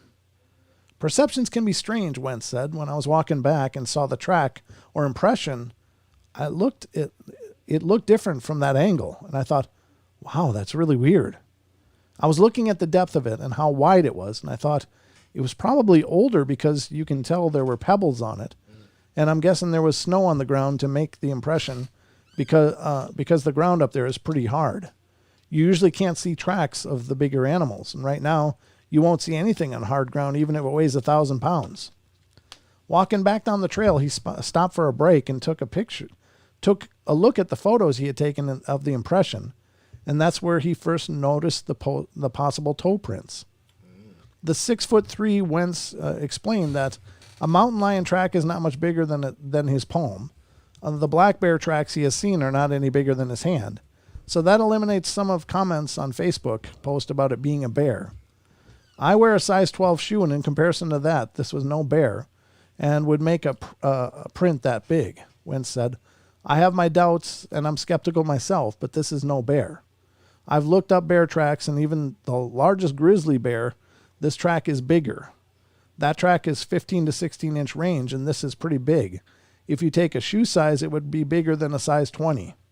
The width was 6 or 7 inches. It's possible the track hit and spread out. It could have easily slid and exaggerated the size if there was snow, but definitely is deep and put a pretty good dent in the ground, at least a half an inch down, and now it's dry. I'm pretty heavy, and I couldn't make an imprint like that with my backpack. I'm probably over 250 pounds, and I couldn't make an impression in that same ground. So it gives you an idea that if this was a true being, it was heavy. It would have to be 700 plus pound range. Wow. You would need something the size of old Ephraim to make the track like that. What's old Ephraim? I don't know. It's not possible, but very low chances. Having had some strange or scary encounters in the mountains and those sixth sense moments, none of that happened this time for Wentz. He is licensed and carries a firearm, but really didn't have any fear. I've had the feeling of being watched and being followed a couple times, but no idea what, Wentz said, and that's a horrible feeling when your sixth sense kicks in. But when I was up there, I didn't feel any danger. When you hike a lot, you become aware that there are possible animals watching you. Wentz said his father saw a Bigfoot in Arkansas 50 years ago. It scared him so much he would not go out hunting after dark ever again. He calls himself lucky not to have had such a scary experience that he doesn't want to talk about it. Wentz is aware of the television show Finding Bigfoot that paid Cache Valley a visit a few years ago.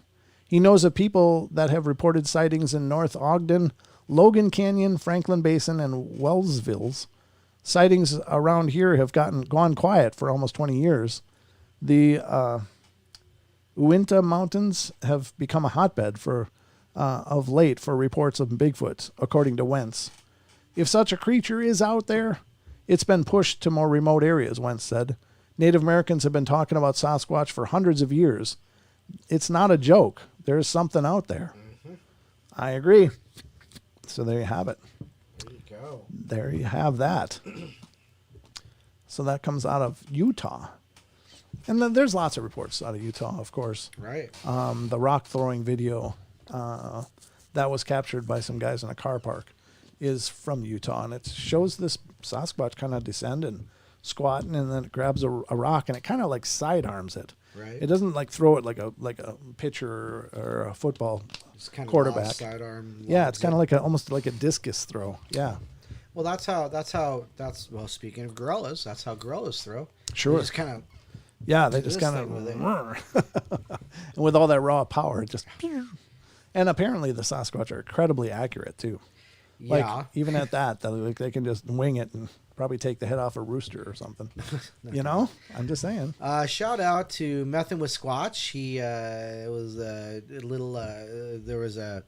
My name's Brent. What the hell? Another. What is it called? I don't know. When they donate money or they give money. Super chat. Super chat from him and our friend MCAT. Thank you, sir. So just shout outs to our lovely, lovely friends. We have lovely friends in all kinds of places. I think I'm going to need to use the facilities. Oh, you got to take a break? I do. Unfortunately, right. folks, so just bear with us for a couple minutes. I got to use the facilities. It's time. It's time. So just hang on a second. We'll be right back just a couple, 3 minutes. Grab a libation, get yourself comfortable, and we will be right back before you know it. So hang on to your seats. We're not done yet.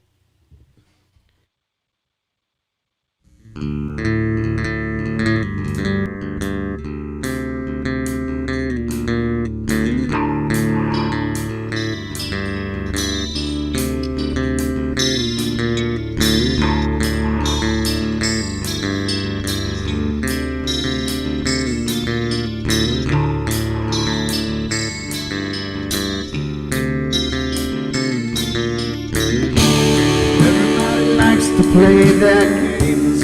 Everybody loves to place their bets.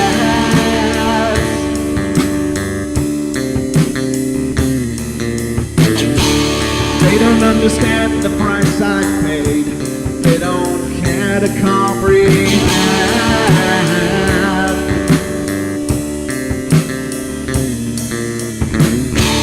Trace their lines upon my body, ripping scars across my heart.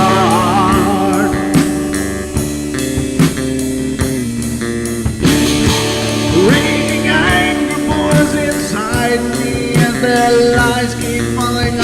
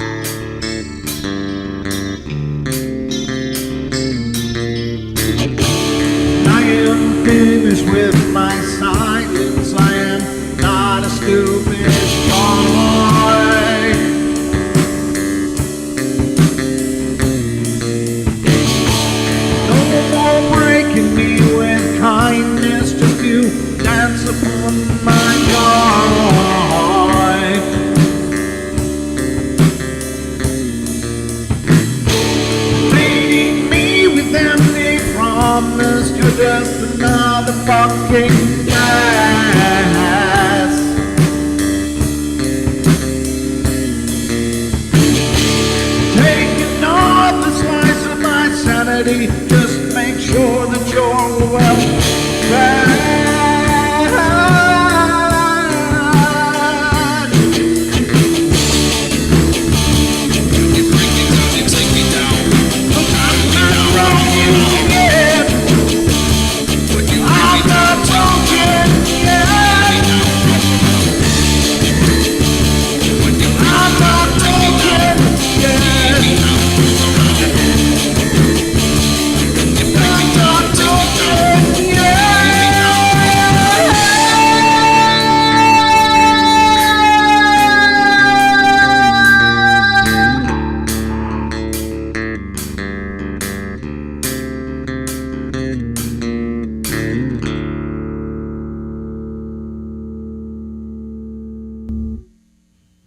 Just let her ring.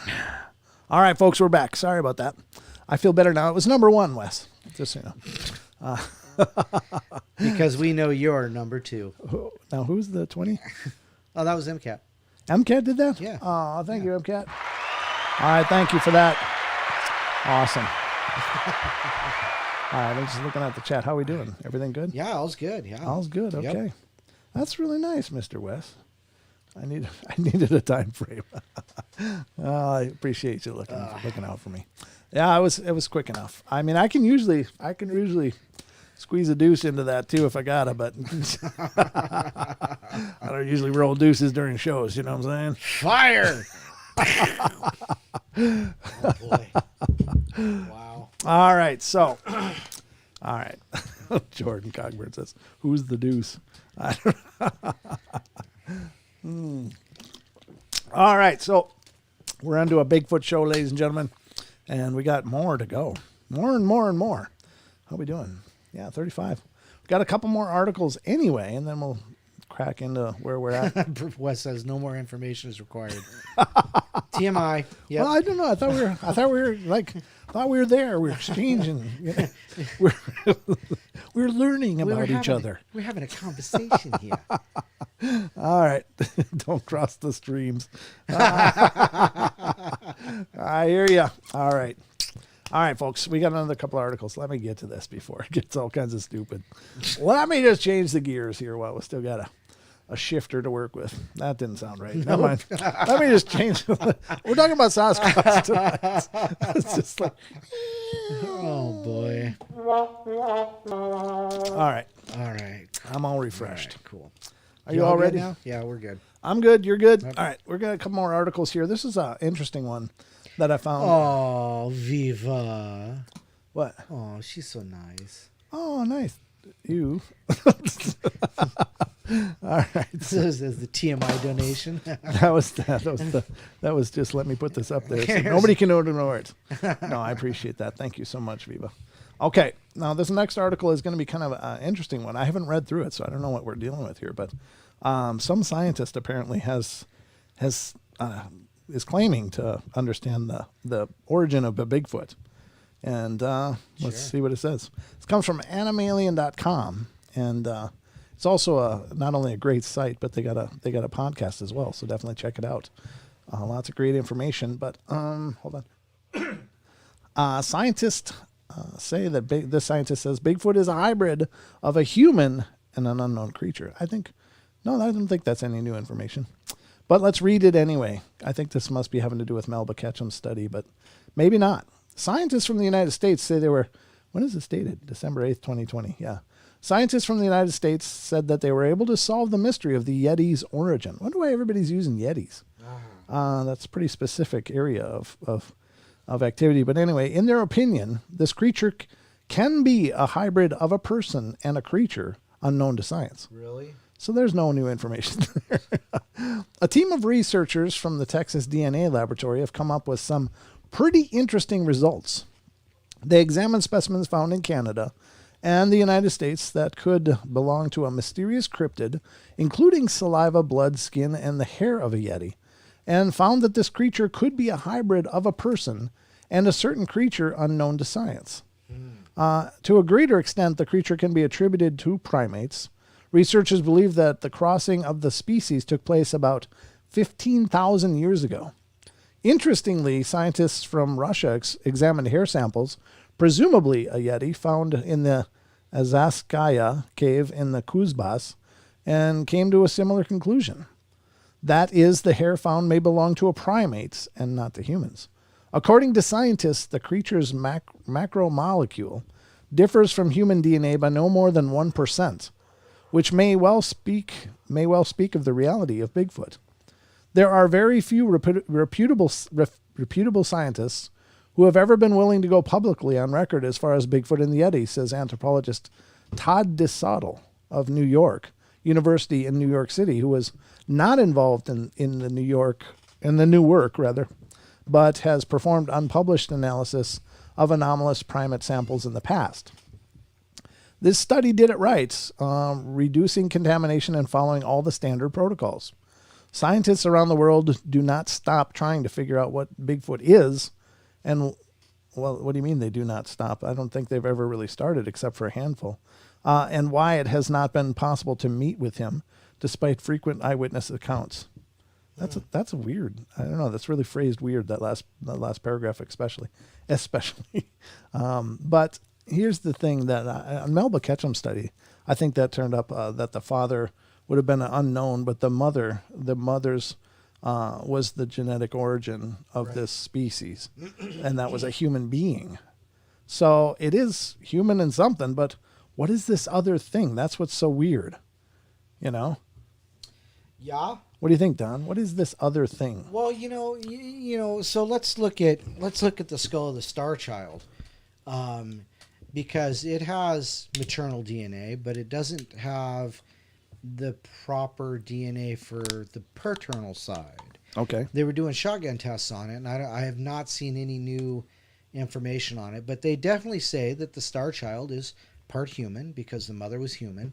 Okay. But they have no idea what the paternal side was. Now, that of course was a lot of Lloyd Pye. Yeah. Having his hands in that, and so it's not surprising that somebody thinks that Bigfoot is part human. Sure. I mean, that's not surprising at all. The question is what is the other part? Right. Well, that is curious. Now, and to dive into that a little bit further, ladies and gentlemen, for those of you who may not be familiar with that, the idea comes kind of from the whole Anunnaki and idea that perhaps human beings are the engineered species. Mm-hmm. Like maybe we're the anomaly, right? Because perhaps all of these, when you look at the whole evolution chain showing like chimps up to something else, Cro-Magnon, all these different stages of development, that there's always a problem, and that's why we have a missing link getting to us. Mm-hmm. But Lloyd Pye postulated that perhaps that's not our ancestors. Perhaps that's the Bigfoot ancestors.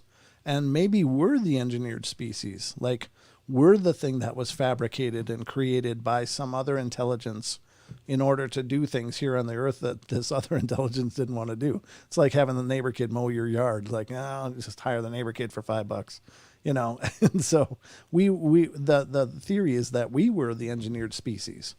And perhaps that explains why we're so poorly suited for life here on this planet. Yeah. We're not born with a furry coat. We're not born able to walk out of the womb like every other creature. Well, I don't know. I or know swim. Some guys that have got some pretty thick.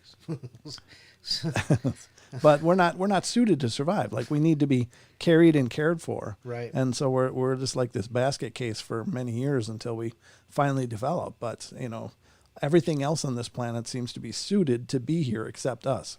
We need clothing, we need shelter, we need, to control our environment within a range, otherwise we're screwed, and so on and so forth. And not to say that people are weak and timid and we are resilient and such, but we just don't seem to be suited for this place very well. And so take it or leave it. I'm not sure what you believe about that or if you think there's any merit to it at all, but those are some of the schools of thought out there about, what's going on. And maybe those different stages of evolution from chimp to, its final evolution is Bigfoot. Maybe that's their ancestors and we're the oddity. So I think that's an interesting school of thought, and I don't know. I'm sure it has problems and holes here and there, but I think Lloyd Pye was brilliant. I really do. The guy was amazing. When I watched that, and again, if you want to check out more of this discussion, specifically look online on YouTube. I'm sure it's still out there all over the place, but you can find a talk given by Lloyd Pye called Everything You Know Is Wrong. And if you check that out and just follow along with his narrative and stuff, it's really thought-provoking at the very least. I'm not a learned enough individual to be able to say, well, he's right or wrong. I mean, I just found it absolutely incredibly compelling, the logic and the explanations that he offered to substantiate what he was talking about. So an interesting discussion. So again, Lloyd Pye, Everything You Know Is Wrong. Brilliant discussion. So Cold Stare says, great, we're the stepkids of the planet. Yeah, that's us. We are. It's a nuclear family, And we're radioactive. All right, so let's keep going here on the journey. Let's go to the next one, and this is, again, from Anime Alien. And this is Surprising Encounters with Bigfoot in Russia.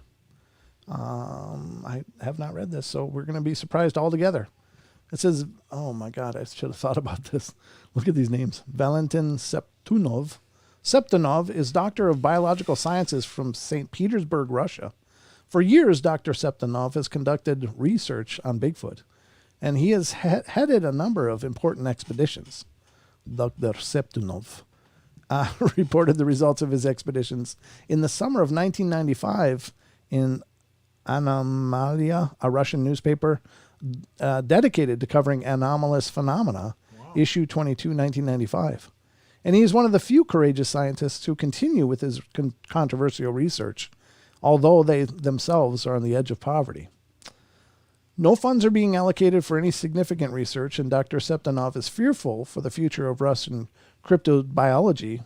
Being a true scientist and patriot, Dr. Septunov cares for the ecological well-being of his country, yet he's noticed that science is being dreadfully neglected in today's Russia.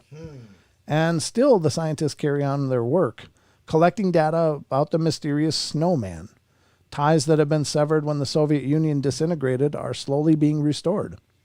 Information is now coming into Petrograd, as its denizens like to call St. Petersburg, from the Baltic states and Central Asia. Some information has been exchanged with American researchers too. The Caucasus Mountains have been cut off from the research because of armed conflicts, but research in the Pamir Altai Mountains, the Urals, and in the Russian Northwest go on. In the summer of 1995, Dr. Septunov and his colleagues took part in an expedition of the Center for Ecobiology Safety, and the area of operation was the Vyborgsky, I don't know, does that sound right? Vyborgsky? Sure. Vyborgsky region of the Karelsky Isthmus. I don't know. How would you say this word, Don? It's an isthmus. Isthmus. A 90 mile long isthmus is in I'm beating the hell out of that one, aren't I? In Karelia, northwest Russia, between the Gulf of Finland and Lake Ladoga. Dr. Septunov is also a participant in the exploration work of the Cryptobiologia Society in the Sordovelsky and Olenetsky regions of Karelia. The area is known for the absence of human inhabitants. Oh, okay. Dr. Septunov has studied a number of reports of a huge being stalking the area. Russian military border guards have confirmed that they have tried to capture the mysterious creature, but to no avail. One sighting of a snowman took place on July 30th, 1995. At 11 a.m., Igor K., a technician from Petrograd, was walking in the forest near the Vaskelovo village, and he recalls suddenly becoming very disoriented. Igor knew the area well, yet he kept walking in circles. A feeling came to him that a strange dusk has descended. Finally, Igor came to a clearing in the forest. He noticed a giant silver-furred man at a distance. The 3-meter high creature, wow, 3 meters, oof, made a few steps towards Igor, but then disappeared behind the trees. Dr. Sepenov received this report late and was unable to personally investigate the area until September, and Sergei Turkin, another Bigfoot researcher, came along. The ground where the sighting took place was dry and covered with grass. No interesting ground traces were detected. However, some dried-out trees nearby had a strange type of damage to their bark. A creature with thick chisel-like nails had torn away the bark up to a height of 3 meters, whatever it was. It apparently had a taste for the larvae of the bark-eating insects. In June, Dr. Sepenov had visited Riga, Latvia, and had been invited by his Latvian colleagues to help open a snowman exhibit in the Museum of Nature. Also during this visit, Dr. Sepenov participated in the planning of an expedition to find this snowman in the Pamir Altai. The Altai Mountains are a mountain system in Central Asia, northwestern China, and West Mongolia. The highest peak there is 15,000 feet, and the Pamirs are a mountain system, mostly Tajikistan. The highest Pamir's peak is 25,000 feet. The scientists had worked out a scheme to lure the snowman by using the sexual pheromones of female apes. A pheromone is any various chemical substances secreted externally by certain animals that convey information to and produce specific responses in other individuals of the same species.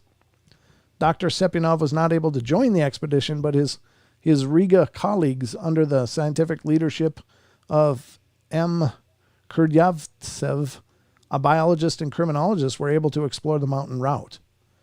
There in the mountains of the Altai, the snowman approached the camp, growled, and breathed heavily on 3 consecutive nights, attracted by strong sexual secretions from female apes. Oh. Each time it left its memorable footprints, the scientists had no trouble identifying them. The scientists tried to take pictures of the creature, having brought along special camera for the job, but every time the creature appeared, these experienced strong and well-armed men were stricken with panic and terror. As hard as this may be to believe, Dr. Sepenov himself has reported feeling such fear on many occasions while pursuing the elusive creature. Dr. Sepenov has made many important findings about the snowman. The creature is an ecological antipode to Homo sapiens, and it likes to visit those areas that have a lower anthropogenetic load, and that's why the snowman has been sighted in forbidden closed-off areas, the borderlands, natural reserves, and similar places. For example, in the southern part of the Ural Mountains, a mountain system in Russia, extending from the Arctic Ocean to the north border of Kazakhstan, traditionally regarded as the boundary between Europe and Asia, there have been many recent encounters with the snowman. This area was closed off for a long time because of radioactive pollution. Once the radiological toxicity had diminished and the environment was healed to some extent by nature, the anthropogenetic pressure remained low, and the snowman seems to have made its way there. If same processes take place in Chernobyl, it is natural to believe or to suppose that the snowman may eventually appear there as well. The conclusion is areas where the snowman encounters are most frequently reported tend to offer the creature an ecological advantage. It is interesting to note that the Russian sports industry has paid attention to the scientists' finding, and the military-industrial complex has perked its ears up as well. The snowman embodies progressive biological solutions for the adaptation of humankind to its habitat. What humans get from material culture, the snowman has obtained in the course of biological progress. There has been profound research in Russia on the creature's movements based on available photographs and films, and back in 1994, a Russian military college began studying the movements of the snowman, hoping to use the creature's survival techniques in military applications. One of the most interesting and relatively recent encounters took place in November of 1992. Anatoly Dobrenko, who lives in the village of Samaryadovo, Dmitrov district of Moscow region, and works in a local children's sanatorium, was walking his Alsatian dog near the sanatorium. Suddenly the dog bristled up and snarled angrily. Anatoly then saw a two-legged hairy monster about 100 meters away. The creature was moving away towards the forest. The man says that he could make out rusty-colored matted hair on the creature's back from the distance. 300 feet? I guess so. Got good eyes. When Dobrenko's son, Igor, an army captain, learned of the encounter, he visited the area of the sighting accompanied by some employees from the sanatorium. Igor found some well-preserved prints of huge bare feet in the mud that were nearly 50 centimeters long and 15 centimeters wide at the broadest part. Not sure what that means, but it sounds big. These participants treated the prints like material evidence and covering them for better preservation. Later, Igor reported his findings to a newspaper, and the newspaper arranged a thorough examination of the location of the sighting. Local dwellers were interviewed, some of whom had seen signs of the unusual guest's presence before. The search party discovered the place where the creature had spent at least one night, an attic of an abandoned summer cottage. Now that's interesting. It actually went into an attic of an abandoned cottage. But not one, but two creatures seem to have been there. The second set of tracks evidently belonged to a female. The feet were smaller, and the investigation of this case has not ended. There have been interesting sightings on the Arkhangelsk region as well. In autumn of 1989, Professor of Medicine Dr. N. Alutsky flew to the local taiga to gather some herbs. He was on the bank of a river when a bear cub came up to him and yelped. The professor heard the cub's mother roaring nearby. Dr. Alutsky had a rifle with him. He had a knife. Oh, he had a knife. Sorry, I was itching my eye at the same time I was reading. And felt it would be a poor defense against an angry beast. The doctor hastily abandoned the basket full of mushrooms and raced back to his boat. Suddenly, he heard a blood-chilling scream from behind. Turning his head, the doctor saw a gorilla-like creature holding the bear in its hands. The beast was 2.5 meters tall, its body covered in thick brown fur. Wow. It was a female, and its large teeth were bared. Holding the bear by the hind legs, the creature tore the animal in two without any visible effort. Good God. The whole episode lasted just a few seconds. Yeah, I bet. Dr. Alutsky told this bizarre story to two of his companions. They decided it would be wisest to forget the event and not to tell anybody about it. Only after some time had passed did they decide to report the story. Luckily, the eyewitness had a sound biological background, but as more time passed, Dr. Alutsky couldn't help but begin to doubt the earthly existence of the creature he had sighted. Why? I mean, he just saw it rip a bear in half. Yet another sighting took place in January 24th, 1992 in the village of Sosnino, 6 kilometers away from the ancient Russian town of Kargopol. Two creatures covered with long grizzly hair entered the barrack of an army unit engaged in road construction. One was enormously tall, about 2.5 meters, and the other was half the size. Circumstantial evidence suggests that the larger one was a female, and the other one was its child. The baby jumped onto the soldier's night table while its mother stopped by the stove, waved its long arms, and gave a series of short cries in a very low voice. Then the strangers, who encountered neither understanding nor approval, ran away and hid in the forest. During this incident, the strange creatures were sighted by a dozen people. More soldiers had seen the creatures a short time before in the morning, evening, and at night, but they did not believe their eyes. After the incident, some soldiers felt ill and went to consult the unit's doctor. One witness could not utter a word. His speech returned several days later. The strangers left behind some tufts of hair. They had not been identified so far, a drop of coagulated blood, and large footprints. The footprints were 50 centimeters long and 15 centimeters wide, and 20 centimeters deep. Wow. The snow was knee-deep for humans. Yeah. Huh. Wow. Wow. You know, there's a common theme through this whole thing. Infrasound. Right. through that weird circling pattern and all that, Yeah. I would agree. Yeah. That definitely sounds Infrasound. like what we understand to be infrasound. And just the other night, I think it was on the last Night Terrors. I did talk about infrasound. I read an article about it, which was really well done. Mm-hmm. And so refer back to Sunday's episode of the Night Terrors, and you'll learn a lot more about infrasound. I know I did. It helped me understand a little more about the phenomenon, a little bit more about what it means and what can happen. So it's very, very interesting. But at any rate, pretty crazy stuff, dude.